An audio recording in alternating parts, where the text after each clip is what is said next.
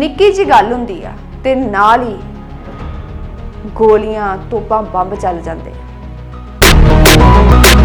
ਫੜੇ ਜਾਣ ਤੇ ਉਸ ਸੂਈਏ ਨੂੰ ਜਿਉਂਦੇ ਜੀ ਅੱਗ ਲਾ ਕੇ ਸਾੜ ਦਿੱਤਾ ਗਿਆ। ਅੱਜ ਦੀ ਘੜੀ AI ਦੁਨੀਆ ਦੇ ਭੀੜ ਦਾ ਕਾਰਨ ਬਣਦੀ ਪਈ ਹੈ। ਉਹ ਇੱਕ ਸਿਲੇਬਸ ਤਿਆਰ ਕਰਨਾ ਕਿ 5 ਸਾਲਾਂ ਵਿੱਚ ਅਸੀਂ ਆ ਟੀਚੇ ਹਰ ਹਾਲ ਸਰ ਕਰਨੇ ਹੀ ਕਰਨੇ। ਸਿੱਖ ਬੱਚਿਆਂ ਨੂੰ ਸ਼ੁਰੂ ਤੋਂ ਹੀ ਟ੍ਰੇਨ ਕੀਤਾ ਜਾਵੇ। ਇਹ ਅਸੀਂ ਕੋਈ ਉਸਾਰੂ ਨਤੀਜੇ ਨਹੀਂ ਕੱਢ ਸਕਾਂਗੇ। ਇੱਕ ਸਿੱਖ ਐਜੂਕੇਸ਼ਨ ਬੋਰਡ ਵੀ ਬਣਾਇਆ ਜਾਵੇ। ਦੁਨੀਆ ਦੇ ਸਭ ਤੋਂ ਵੱਡੀਆਂ ਜਿਹੜੀਆਂ ਸੁਪਰ ਪਾਵਰਸ ਆ ਉਹਨਾਂ ਦਾ ਆਪਸੀ ਭੇੜ ਦਾ ਕਾਰਨ ਇਹ ਬਣਦੀ ਪਈ ਹੈ। ਸੋ ਆਪਾਂ ਇਹ ਨਾ ਸੋਚੀ ਕਿ ਇੱਥੇ ਕੁਝ ਵਾਪਰੂਗਾ ਨਹੀਂ ਤੇ ਕਬੂਤਰ ਵਾਂਗੂ ਅੱਖਾਂ ਮੀਚ ਕੇ ਬੈਠੇ ਰਹੀਏ। ਅੱਖਾਂ ਮੀਚਿਆ ਖਤਰਾ ਟਲਦਾ ਨਹੀਂ ਸਗੋਂ ਵੱਧਦਾ ਹੀ ਹੈ।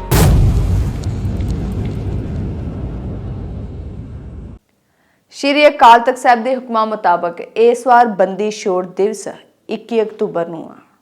ਹਾਲਾਂਕਿ ਕਈ ਕਹਿੰਦੇ ਆ ਕਿ ਦੀਵਾਲੀ 20 ਤਰੀਕ ਦੀ ਆ, ਪਰ ਇੱਕ ਸਿੱਖ ਹੋਣ ਦੇ ਨਾਤੇ ਅਸੀਂ ਸ਼੍ਰੀ ਅਕਾਲ ਤਖਤ ਸਾਹਿਬ ਨੂੰ ਸਮਰਪਿਤ ਹੋ ਕੇ ਹੀ ਚੱਲਣਾ ਤੇ ਬੰਦੀ ਛੋੜ ਦਿਵਸ 21 ਤਰੀਕ ਨੂੰ ਹੀ ਮਨਾਉਣਾ। ਬੰਦੀ ਛੋੜ ਦਿਵਸ ਦੇ ਇਤਿਹਾਸ ਬਾਰੇ ਆਪਾਂ ਸਾਰੇ ਜਾਣੇ ਜਾਣਦੇ ਹੀ ਆ ਕਿ ਇਸ ਦਿਨ 6ਵੇਂ ਪਾਤਸ਼ਾਹ ਧੰਨ ਧੰਨ ਗੁਰੂ ਹਰਗੋਬਿੰਦ ਸਾਹਿਬ ਜੀ ਉਸ ਸਮੇਂ ਦੇ ਬਾਦਸ਼ਾਹ ਜਹਾਂਗੀਰ ਦੀ ਕੈਦ ਚੋਂ ਰਿਹਾ ਹੋ ਕੇ ਆਏ ਸੀ, ਜਿਹਦੀ ਖੁਸ਼ੀ ਵਿੱਚ ਅੰਮ੍ਰਿਤਸਰ ਵਾਸੀਆਂ ਨੇ ਦੀਵੇ ਬਾਲੇ ਸੀ। ਇਸ ਗੱਲ ਦਾ ਜ਼ਿਕਰ ਭਾਈ ਗੁਰਦਾਸ ਜੀ ਵੀ ਆਪਣੀਆਂ ਵਾਰਾਂ ਵਿੱਚ ਕਰਦੇ ਆ ਕਿ ਦੀਵਾਲੀ ਕੀ ਰਾਤ ਦੀਵੇ ਬਾਲੀਆਂ। ਜਿਹੜੀ ਬਾਦਸ਼ਾਹ ਜਹਾਂਗੀਰ ਦੀ ਜੇਲ੍ਹ ਸੀ ਉਹ ਗਵਾਲੀਅਰ ਦਾ ਕਿਲਾ ਸੀ ਤੇ ਉਹਦੇ ਬਾਰੇ ਕਿਹਾ ਜਾਂਦਾ ਸੀ ਕਿ ਇਸ ਕਿਲੇ ਚੋਂ ਯਾਨੀ ਕਿ ਇਸ ਕੈਦ ਚੋਂ ਕੋਈ ਵੀ ਜਿਉਂਦੇ ਜੀ ਵਾਪਸ ਨਹੀਂ ਸੀ ਆਉਂਦਾ। ਜ਼ਿਆਦਾਤਰ ਉੱਥੇ ਰਾਜਸੀ ਕੈਦੀਆਂ ਨੂੰ ਹੀ ਰੱਖਿਆ ਜਾਂਦਾ ਸੀ, ਜਿਨ੍ਹਾਂ ਨੂੰ ਰੋਟੀ ਵਿੱਚ ਥੋੜਾ ਥੋੜਾ ਜ਼ਹਿਰ ਮਿਲਾ ਕੇ ਦਿੱਤਾ ਜਾਂਦਾ ਸੀ, ਜਿਹਨੂੰ ਅੱਜ ਕੱਲ੍ਹ ਆਪਾਂ ਸਲੋ ਪੋਇਜ਼ਨ ਕਹਿ ਦਿੰਦੇ ਆ ਕਿ ਹੌਲੀ ਹੌਲੀ ਹੌਲੀ ਹੌਲੀ ਜਿਹੜਾ ਬੰਦੇ ਦਾ ਸਰੀਰ ਆ ਉਹ ਖਤਮ ਹੋਣ ਵੱਲ ਤੁਰਿਆ ਜਾਂਦਾ ਤੇ ਫਿਰ ਇੱਕ ਦਿਨ ਉਹਦੀ ਮੌਤ ਹੋ ਜਾਂਦੀ ਸੀ। ਇਹ ਪਾਤਸ਼ਾਹ ਸੀ ਜਿਹੜੇ ਉਸ ਸਮੇਂ ਇਸ ਕਿਲੇ ਵਿੱਚੋਂ ਰਿਹਾ ਹੋਏ ਤੇ ਉਹ ਇਕੱਲੇ ਨਹੀਂ ਰਿਹਾ ਹੋਏ, ਆਪਣੇ ਨਾਲ 52 ਰਾਜਿਆਂ ਨੂੰ ਵੀ ਉਹਨਾਂ ਰਿਹਾ ਕਰਵਾਇਆ ਸੀ। ਇਸ ਤੋਂ ਇਲਾਵਾ ਇਸ ਦਿਨ ਦੀ ਮਹਾਨਤਾ ਸਿੱਖ ਇਤਿਹਾਸ ਵਿੱਚ ਇਹ ਵੀ ਆ ਕਿ 10ਵੇਂ ਪਾਤਸ਼ਾਹ ਦੇ ਸੱਚਖੰਡ ਪਿਆਨਾ ਕਰਨ ਤੋਂ ਬਾਅਦ ਜਦੋਂ ਸਿੱਖ ਸੰਘਰਸ਼ ਦਾ ਦੌਰ ਸ਼ੁਰੂ ਹੋਇਆ ਤਾਂ ਇਸ ਦਿਨ ਇੱਕ ਨਿਸ਼ਚਿਤ ਥਾਂ ਤੇ ਸਿੱਖਾਂ ਦਾ ਬਹੁਤ ਵੱਡਾ ਇਕੱਠ ਹੋਇਆ ਕਰਦਾ ਸੀ, ਜਿਹਦੇ ਵਿੱਚ ਗੁਰਮਤਿ ਕੀਤੇ ਜਾਂਦੇ ਹੁੰਦੇ ਸੀ। ਸੰਨ 1761 ਵਿੱਚ ਦੀਵਾਲੀ ਵਾਲੇ ਦਿਨ ਕੀਤਾ ਗਿਆ ਗੁਰਮਤਾ ਬੜਾ ਅਹਿਮ ਸੀ। ਸਾਨੂੰ ਇਸ ਗੁਰਮਤੇ ਨੂੰ ਜ਼ਰੂਰ ਯਾਦ ਰੱਖਣਾ ਚਾਹੀਦਾ। ਇਸ ਦਿਨ ਸਿੱਖਾਂ ਨੇ ਇਕੱਠੇ ਹੋ ਕੇ ਫੈਸਲਾ ਲਿਆ ਸੀ ਕਿ ਸਿੱਖੀ ਦੇ ਵਿਰੁੱਧ ਜਿੰਨੇ ਵੀ ਕੰਮ ਕਰਦੇ ਆ, ਜਿੰਨੇ ਇਨਫੋਰਮਰ ਆ ਯਾਨੀ ਕਿ ਝੋਲੀ ਚੁੱਕ ਕਹਿ ਲਓ ਜਾਂ ਟਾਊਟ ਕਹਿ ਲਓ, ਉਹਨਾਂ ਦਾ ਸੋਧਾ ਲਾਇਆ ਜਾਵੇ, ਜਿਵੇਂ ਕਿ ਆਕਲਦਾਸ, ਧਰਮਦਾਸ, ਭਗਤ ਨਿਰੰਜਨੀਆਂ। ਹਾਲਾਂਕਿ ਇਹਦੇ ਤੋਂ 1 ਸਾਲ ਬਾਅਦ ਹੀ ਸੰਨ 1762 ਵਿੱਚ ਵੱਡਾ ਘੱਲੂਘਾਰਾ ਵਾਪਰ ਜਾਂਦਾ। ਭਾਈ ਮਨੀ ਸਿੰਘ ਜੀ ਦੀ ਸ਼ਹੀਦੀ ਦਾ ਕਾਰਨ ਵੀ ਇਹੀ ਬਣਿਆ ਸੀ ਕਿ ਭਾਈ ਸਾਹਿਬ ਨੇ ਮੁਗਲ ਹਕੂਮਤ ਕੋਲੋਂ ਦੀਵਾਲੀ ਵਾਲੇ ਦਿਨ ਇਕੱਠ ਕਰਨ ਦੀ ਇਜਾਜ਼ਤ ਮੰਗੀ ਸੀ, ਜਿਹਦੇ ਬਦਲੇ 'ਚ ਉਹਨਾਂ ਨੇ ਇੱਕ ਰਕਮ ਜਿਹੜੀ ਉਹ ਨਿਸ਼ਚਿਤ ਕੀਤੀ ਸੀ ਕਿ ਉਹ ਮੁਗਲ ਹਕੂਮਤ ਨੂੰ ਦਿੱਤੀ ਜਾਊਗੀ। ਪਰ ਹਕੂਮਤ ਦੀ ਮਾੜੀ ਨੀਅਤ ਨੂੰ ਤਾੜਦੇ ਹੋਏ ਭਾਈ ਸਾਹਿਬ ਨੇ ਸਾਰੇ ਸਿੱਖਾਂ ਨੂੰ ਹੁਕਮਨਾਮੇ ਭਿਜਵਾ ਦਿੱਤੇ ਕਿ ਇਸ ਵਾਰ ਇਕੱਠ ਨਾ ਕੀਤਾ ਜਾਵੇ। ਇਕੱਠ ਤਾਂ ਨਾ ਹੋਇਆ, ਪਰ ਹਕੂਮਤ ਪੈਸੇ ਮੰਗਣ ਲੱਗੀ। ਹਾਲਾਂਕਿ ਸਿੱਖ ਸਰਦਾਰਾਂ ਨੇ ਭਾਈ ਸਾਹਿਬ ਨੂੰ ਕਿਹਾ ਵੀ ਕਿ ਪੈਸੇ ਆਪਾਂ ਦੇ ਦਿੰਦੇ ਹਾਂ, ਪਰ ਭਾਈ ਸਾਹਿਬ ਦਾ ਜਵਾਬ ਸੀ ਕਿ ਮੈਨੂੰ ਸ਼ਹਾਦਤ ਮਨਜ਼ੂਰ ਆ, ਪਰ ਮੈਂ ਪੰਥ ਦਾ ਪੈਸਾ ਜਾਈ ਨਹੀਂ ਗਵਾ ਸਕਦਾ। ਇਸ ਤਰ੍ਹਾਂ ਸਿੱਖ ਦੀਵਾਲੀ ਵਾਲੇ ਦਿਨ ਇਕੱਠੇ ਹੁੰਦੇ ਰਹੇ, ਗੁਰਮਤਿ ਕਰਦੇ ਰਹੇ, ਭਵਿੱਖ ਦੀਆਂ ਰਣਨੀਤੀਆਂ ਘੜਦੇ ਰਹੇ ਕਿ ਅਜੋਕੇ ਹਾਲਾਤਾਂ ਵਿੱਚ ਸਾਨੂੰ ਕੀ ਕਰਨਾ ਚਾਹੀਦਾ ਤੇ ਕੀ ਨਹੀਂ ਕਰਨਾ ਚਾਹੀਦਾ। ਭਾਈ ਵੀਰ ਸਿੰਘ ਜੀ ਦੇ ਅਹਿਮ ਨਾਵਲ ਬੀਬੀ ਸਤਵੰਤ ਕੌਰ ਵਿੱਚ ਇਹ ਗੱਲ ਬੜੀ ਸਪਸ਼ਟ ਆ ਕਿ ਸਿੱਖ ਇੰਟੈਲੀਜੈਂਸ ਵਿੰਗ, ਜਿਨ੍ਹਾਂ ਨੂੰ ਸੂਈਏ ਕਹਿ ਦਿੰਦੇ ਆਪਾਂ ਅੱਜ ਕੱਲ੍ਹ ਜਾਂ ਜਸੂਸ। ਕਿਵੇਂ ਉਹ ਅਫਗਾਨਿਸਤਾਨ ਦੇ ਖਤਰੇ ਭਰੇ ਇਲਾਕੇ ਵਿੱਚ ਜਾਂਦੇ ਸੀ, ਆਪਣੀਆਂ ਬਹੂ ਬੇਟੀਆਂ ਦਾ ਪਤਾ ਕੱਢਦੇ ਸੀ ਤੇ ਉਹਨਾਂ ਨੂੰ ਫਿਰ ਸੁਰੱਖਿਅਤ ਵਾਪਸ ਲੈ ਕੇ ਆਉਂਦੇ ਸੀ, ਜਿਹਦੀ ਸਪਸ਼ਟ ਮਿਸਾਲ ਬੀਬੀ ਸਤਵੰਤ ਕੌਰ ਆ, ਜਿਹਨੂੰ ਵਾਪਸ ਲਿਆਂਦਾ ਗਿਆ ਤੇ ਇਸ ਤਰੀਕੇ ਨਾਲ ਗੁਪਤ ਰੱਖਿਆ ਗਿਆ ਕਿਉਂਕਿ ਅਬਦਾਲੀ ਉਦੋਂ ਹਮਲੇ ਕਰਦਾ ਹੀ ਰਹਿੰਦਾ ਹੁੰਦਾ ਸੀ, ਇੱਕ ਤੋਂ ਬਾਅਦ ਇੱਕ ਹਮਲਾ। ਅਬਦਾਲੀ ਦੇ ਅਗਲੇ ਹਮਲੇ ਤੱਕ ਬੀਬੀ ਸਤਵੰਤ ਕੌਰ ਨੂੰ ਇਸ ਤਰੀਕੇ ਨਾਲ ਗੁਪਤ ਰੱਖਿਆ ਗਿਆ ਕਿ ਆਂਢ ਗੁਆਂਢ ਵੀ ਕਿਸੇ ਨੂੰ ਭਿਣਕ ਤੱਕ ਨਹੀਂ ਲੱਗੀ ਕਿ ਬੀਬੀ ਸਤਵੰਤ ਕੌਰ ਵਾਪਸ ਆ ਚੁੱਕੇ ਆ। ਸੋ ਇਸ ਤਰੀਕੇ ਦੇ ਜਿਹੜੇ ਸਾਰੇ ਫੈਸਲੇ ਸੀ ਕਿ ਕੀ ਕਰਨਾ, ਕਿਸ ਤਰੀਕੇ ਕਰਨਾ ਤੇ ਕੀ ਨਹੀਂ ਕਰਨਾ, ਇਹ ਸਾਰੇ ਫੈਸਲੇ ਅਕਾਲ ਤਖਤ ਸਾਹਿਬ ਦੇ ਗੁਰਮਤਿਆਂ ਵਿੱਚ ਹੀ ਲਏ ਜਾਂਦੇ ਸੀ, ਜਿਹੜੇ ਅਕਸਰ ਦੀਵਾਲੀ ਤੇ ਹੀ ਹੁੰਦੇ ਸੀ। ਇਹਨਾਂ ਗੁਰਮਤਿਆਂ ਵਿੱਚ ਆਮ ਸਿੱਖ ਸੰਗਤ ਹਾਜ਼ਰੀ ਭਰਦੀ ਸੀ। ਸਿੱਖਾਂ ਦੇ ਸਿਰ ਕੱਢ ਸਰਦਾਰ ਤੇ ਇੰਟੈਲੀਜੈਂਸ ਵਿੰਗ ਦੇ ਜਿਹੜੇ ਸਪਾਈ ਜਾਂ ਜਸੂਸ ਕਹਿ ਲੋ ਸੂਈਏ, ਉਹ ਵੀ ਆਉਂਦੇ ਹੁੰਦੇ ਸੀ ਤੇ ਇਹਨਾਂ ਸਾਰਿਆਂ ਵਾਸਤੇ ਇੱਕ ਕੋਡ ਵਰਡ ਹੁੰਦਾ ਸੀ ਜਿਹਨੂੰ ਉਸ ਸਮੇਂ ਗੁਪਤ ਬੋਲਾ ਜਾਂ ਗੁਪ ਬੋਲਾ ਕਿਹਾ ਜਾਂਦਾ ਸੀ। ਉਸ ਸਮੇਂ ਦਾ ਇੱਕ ਗੁਪ ਬੋਲੇ ਦਾ ਇਸ ਨਾਵਲ ਵਿੱਚ ਜ਼ਿਕਰ ਆ, ਜਿਹਦਾ ਨਾਂ ਉਸ ਸਮੇਂ ਰਜਤਪਣ ਸੀ। ਇਸ ਕੋਡ ਵਰਡ ਦੇ ਨਾਲ ਹੀ ਇਹ ਜਿਹੜੀਆਂ ਅਹਿਮ ਸ਼ਖਸੀਅਤਾਂ ਹੁੰਦੀਆਂ ਸੀ, ਸਭ ਤੋਂ ਅਹਿਮ ਸ਼ਖਸੀਅਤਾਂ ਉੱਥੇ ਐਂਟਰੀ ਕਰਦੇ ਸੀ। ਜਿਹੜੇ ਸੂਈਏ ਹੁੰਦੇ ਸੀ ਉਹ ਆਪਣੀ ਸਾਰੀ ਰਿਪੋਰਟ ਜਿਹੜੀ ਆ ਉਹ ਸੰਗਤ ਦੇ ਸਾਹਮਣੇ ਰੱਖਦੇ ਸੀ, ਕਿਉਂਕਿ ਇੱਕ ਸੂਚੀ ਬਣੀ ਹੁੰਦੀ ਸੀ ਕਿ ਆ ਸਿੰਘ ਸਿੰਘਣੀਆਂ ਜਿਹੜੇ ਆ ਇਹ ਅਜੇ ਤੱਕ ਇਹਨਾਂ ਦਾ ਕੋਈ ਥਹੁ ਪਤਾ ਲੱਗਾ ਨਹੀਂ ਆ, ਤੇ ਉਹ ਅਕਸਰ ਇਹਨਾਂ ਦਾ ਪਤਾ ਕੱਢਣ ਵਾਸਤੇ ਜਾਂਦੇ ਰਹਿੰਦੇ ਹੁੰਦੇ ਸੀ। ਹੋਰ ਜੋ ਵੀ ਇਨਫੋਰਮੇਸ਼ਨ ਜ਼ਰੂਰੀ ਹੁੰਦੀ ਸੀ ਦੁਸ਼ਮਣ ਹਕੂਮਤ ਦੀ, ਉਹ ਵੀ ਸਾਰੀ ਇੱਥੇ ਆ ਕੇ ਦੱਸੀ ਜਾਂਦੀ ਸੀ। ਫਿਰ ਉਹਦੇ ਮੁਤਾਬਕ ਜਿਹੜੀ ਭਵਿੱਖ ਦੀ ਰਣਨੀਤੀ ਉਹ ਤਿਆਰ ਕੀਤੀ ਜਾਂਦੀ ਸੀ। ਇਹ ਨਹੀਂ ਕਿ ਸਿੱਖ ਸੂਈਏ ਹਮੇਸ਼ਾ ਸੁਰੱਖਿਅਤ ਹੀ ਰਹਿੰਦੇ ਸੀ, ਆਪਣਾ ਸਾਰਾ ਕੰਮ ਕਰ ਜਾਂਦੇ ਸੀ ਤੇ ਕਿਸੇ ਨੂੰ ਕੁਝ ਪਤਾ ਨਹੀਂ ਸੀ ਲੱਗਦਾ। ਨਹੀਂ, ਕਈ ਵਾਰ ਇਹ ਫੜੇ ਵੀ ਜਾਂਦੇ ਸੀ। ਭਾਈ ਵੀਰ ਸਿੰਘ ਜੀ ਦੇ ਦੂਜੇ ਨਾਵਲ ਬੀਬੀ ਸੁੰਦਰੀ ਵਿੱਚ ਇਹਦਾ ਅਜਿਹਾ ਹੀ ਇੱਕ ਜ਼ਿਕਰ ਮਿਲਦਾ ਕਿ ਛੋਟੇ ਘੱਲੂਘਾਰੇ ਦੌਰਾਨ ਇੱਕ ਸਿੱਖ ਸੂਈਆ ਫੜਿਆ ਗਿਆ ਜਿਹੜਾ ਮੁਗਲਿਆ ਫੌਜ ਵਿੱਚ ਇਨਫੋਰਮੇਸ਼ਨ ਕਲੈਕਟ ਕਰਦਾ ਪਿਆ ਸੀ। ਫੜੇ ਜਾਣ ਤੇ ਉਸ ਸੂਈਏ ਨੂੰ ਜਿਉਂਦੇ ਜੀ ਅੱਗ ਲਾ ਕੇ ਸਾੜ ਦਿੱਤਾ ਗਿਆ। ਇਸ ਤਰ੍ਹਾਂ ਸਿੱਖ ਆਪਣੀਆਂ ਜਾਨਾਂ ਜੋਖਮ ਵਿੱਚ ਪਾ ਕੇ ਆਪਣੇ ਮਿੱਥੇ ਹੋਏ ਨਿਸ਼ਾਨਿਆਂ ਨੂੰ ਸਰ ਕਰਦੇ ਸੀ। ਉਹ ਨਿਸ਼ਾਨੇ ਜਿਹੜੇ ਦੀਵਾਲੀ ਮੌਕੇ, ਬੰਦੀ ਛੋੜ ਦਿਵਸ ਮੌਕੇ ਅਕਾਲ ਤਖਤ ਸਾਹਿਬ ਤੇ ਬੈਠ ਕੇ ਮਿੱਥੇ ਹੁੰਦੇ ਸੀ। ਸਾਡੇ ਗੁਰੂ ਸਾਹਿਬਾਨ ਬੜੇ ਅਗਾਂਹ ਵਧੂ ਸੀ। ਉਹਨਾਂ ਕਦੇ ਵੀ ਸਾਨੂੰ ਪਿੱਛੇ ਰਹਿਣਾ ਨਹੀਂ ਸਿਖਾਇਆ।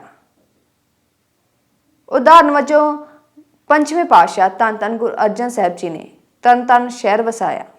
ਇਹ ਉਸ ਸਮੇਂ ਦਿੱਲੀ ਤੋਂ ਲਾਹੌਰ ਜਿਹੜੀ ਜਰਨੈਲੀ ਸੜਕ ਜਾਂਦੀ ਸੀ ਉਹਦੇ ਤੇ ਵਸਾਇਆ ਸੀ। ਇੱਕ ਵਪਾਰਕ ਰਸਤਾ ਸੀ। ਹਾਲਾਂਕਿ ਇਥੋਂ ਥੋੜੀ ਜਿਹੀ ਦੂਰੀ ਤੇ ਗੁਰੂ ਕਾ ਚੱਕ ਜਾਣੀ ਕਿ ਸ਼੍ਰੀ ਅੰਮ੍ਰਿਤਸਰ ਸਾਹਿਬ ਸੀ। ਇਹਦੇ ਬਾਵਜੂਦ ਪਾਤਸ਼ਾਹ ਨੇ ਇਸ ਨਗਰ ਨੂੰ ਵਸਾਉਣ ਦੀ ਭਾਰੀ ਲੋੜ ਸਮਝੀ। ਦੂਜੀ ਉਦਾਹਰਨ, ਉਸ ਸਮੇਂ ਖੂਹ ਹੁੰਦੇ ਸੀ, ਕੋਈ ਇੱਕ ਹੱਟਾ ਹੁੰਦਾ ਸੀ, ਕੋਈ ਦੋ ਹੱਟੇ ਹੁੰਦੇ ਸੀ, ਪਰ ਪਾਤਸ਼ਾਹ ਨੇ 6 ਹੱਟਾ ਖੂਹ ਤਿਆਰ ਕਰਵਾਇਆ। ਮਤਲਬ ਕਿ 6 ਟਿੰਡਾਂ ਇੱਕੋ ਵਾਰੀ ਥੱਲੇ ਜਾ ਕੇ ਪਾਣੀ ਭਰ ਕੇ ਲਿਆਉਂਦੀਆਂ ਸੀ ਤੇ ਪਾਤਸ਼ਾਹ ਵਿੱਚ ਸੁੱਟਦੀਆਂ ਸੀ। ਕਹਿਣ ਤੋਂ ਭਾਵ ਕਿ ਪਾਤਸ਼ਾਹ ਨੇ ਕਦੇ ਵੀ ਜਿਹੜੀ ਟੈਕਨੋਲੋਜੀ ਆ, ਤਕਨੀਕ ਆ, ਉਹਨੂੰ ਅਪਣਾਉਣ ਤੋਂ ਕਿਸੇ ਵੀ ਤਰੀਕੇ ਨਾਲ ਕੋਈ ਗੁਰੇਜ਼ ਨਹੀਂ ਕੀਤਾ। ਸਗੋਂ ਉਹਨਾਂ ਨੇ ਸਾਨੂੰ ਸਿੱਖਿਆ ਦਿੱਤੀ ਕਿ ਸਮੇਂ ਦੇ ਹਾਂਡੇ ਬਣ ਕੇ ਚੱਲੋ। ਜੇ ਸਾਡੇ ਪਾਤਸ਼ਾਹ ਇੰਨੇ ਗਾਂਹ ਵਧੂ ਸੀ ਤਾਂ ਸਾਨੂੰ ਵੀ ਬਣਨਾ ਚਾਹੀਦਾ। ਸਾਨੂੰ ਆਪਣੇ ਇਹਨਾਂ ਅਹਿਮ ਦਿਨਾਂ ਵਿੱਚ ਜਿਵੇਂ ਦੀਵਾਲੀ ਆ ਜਾਂ ਹੋਰ ਅੱਗੇ ਦਿਨ ਜਿਹੜੇ ਵੀ ਆਉਣੇ ਆ ਉਹਨਾਂ ਵਿੱਚ ਇਕੱਠ ਕਰਨਾ ਚਾਹੀਦਾ ਤੇ ਭਵਿੱਖਮੁਖੀ ਫੈਸਲੇ ਲੈਣੇ ਚਾਹੀਦੇ ਕਿ ਸਾਨੂੰ ਕੀ ਕਰਨਾ ਚਾਹੀਦਾ ਤੇ ਕੀ ਨਹੀਂ ਕਰਨਾ ਚਾਹੀਦਾ। ਕਿਉਂਕਿ ਜਿੰਨੀ ਤੇਜ਼ੀ ਨਾਲ ਦੁਨੀਆ ਬਦਲਦੀ ਪਈ ਆ, ਵਰਲਡ ਆਰਡਰ ਰੀਸੈਟ ਹੋ ਰਿਹਾ। ਵੇਖੋ ਨਿੱਕੀ ਜਿਹੀ ਗੱਲ ਹੁੰਦੀ ਆ ਤੇ ਨਾਲ ਹੀ ਗੋਲੀਆਂ ਤੋਪਾਂ ਬੰਬ ਚੱਲ ਜਾਂਦੇ ਆ। ਜਿਵੇਂ ਪਿੱਛੇ ਜਿਹੇ ਜਿਹੜੀ ਜੰਗ ਹੋਈ ਸੀ ਭਾਰਤ ਪਾਕਿਸਤਾਨ ਦੀ, ਯੂਕਰੇਨ ਰਸ਼ੀਆ ਇੱਕ ਲੰਮੇ ਸਮੇਂ ਤੋਂ ਲੜਦੇ ਪਏ ਆ। ਹਮਾਸ ਇਜ਼ਰਾਈਲ ਜੀ ਦੀ ਜੰਗਬੰਦੀ ਹੋ ਕੇ ਹਟੀ ਸੀ, ਪਰ ਖਬਰ ਆ ਰਹੀ ਆ ਕਿ ਪਰਸੋਂ ਉਹ ਜੰਗਬੰਦੀ ਟੁੱਟ ਗਈ ਆ ਤੇ ਅਫਗਾਨਿਸਤਾਨ ਤੇ ਪਾਕਿਸਤਾਨ ਦਾ ਹਾਲ ਹੀ ਵਿੱਚ ਜਿਹੜਾ ਕਲੈਸ਼ ਹੋਇਆ। ਸੋ ਇਸ ਖਿੱਤੇ ਦਾ ਜਿਹੜਾ ਆਂਢ ਗੁਆਂਢ ਆ ਬਹੁਤ ਬੁਰੇ ਤਰੀਕੇ ਨਾਲ ਪ੍ਰਭਾਵਿਤ ਹੋ ਰਿਹਾ। ਦਿਨੋਂ ਦਿਨ ਜੰਗ ਲੱਗਣ ਦੇ ਆਸਾਰ ਜਿਹੜੇ ਵੱਧਦੇ ਪਏ ਆ। ਸੋ ਆਪਾਂ ਇਹ ਨਾ ਸੋਚੀ ਕਿ ਇੱਥੇ ਕੁਝ ਵਾਪਰੂਗਾ ਨਹੀਂ ਤੇ ਕਬੂਤਰ ਵਾਂਗੂ ਅੱਖਾਂ ਮੀਚ ਕੇ ਬੈਠੇ ਰਹੀਏ। ਅੱਖਾਂ ਮੀਚਿਆਂ ਖਤਰਾ ਟਲਦਾ ਨਹੀਂ, ਸਗੋਂ ਵੱਧਦਾ ਹੀ ਆ। ਜਿਸ ਢੰਗ ਨਾਲ ਦੁਨੀਆ ਬਦਲਦੀ ਪਈ ਆ ਇੰਨੀ ਤੇਜ਼ੀ ਨਾਲ, ਉਸ ਮੁਤਾਬਕ ਸਾਨੂੰ ਫੈਸਲੇ ਸਹੀ ਸਮੇਂ ਤੇ ਲੈਣੇ ਪੈਣਗੇ, ਨਹੀਂ ਤਾਂ ਅਸੀਂ ਭਾਲਿਆ ਨਹੀਂ ਲੱਭਣਾ। ਅਸੀਂ ਅੱਜ ਇਕੱਠੇ ਹੋ ਕੇ ਸਿਰ ਜੋੜ ਕੇ ਆਪਣੇ ਟੀਚੇ ਮਿਥੀਏ ਕਿ 5 ਸਾਲਾਂ ਵਿੱਚ ਅਸੀਂ ਆ ਟੀਚੇ ਹਰ ਹਾਲ ਸਰ ਕਰਨੇ ਹੀ ਕਰਨੇ ਆ।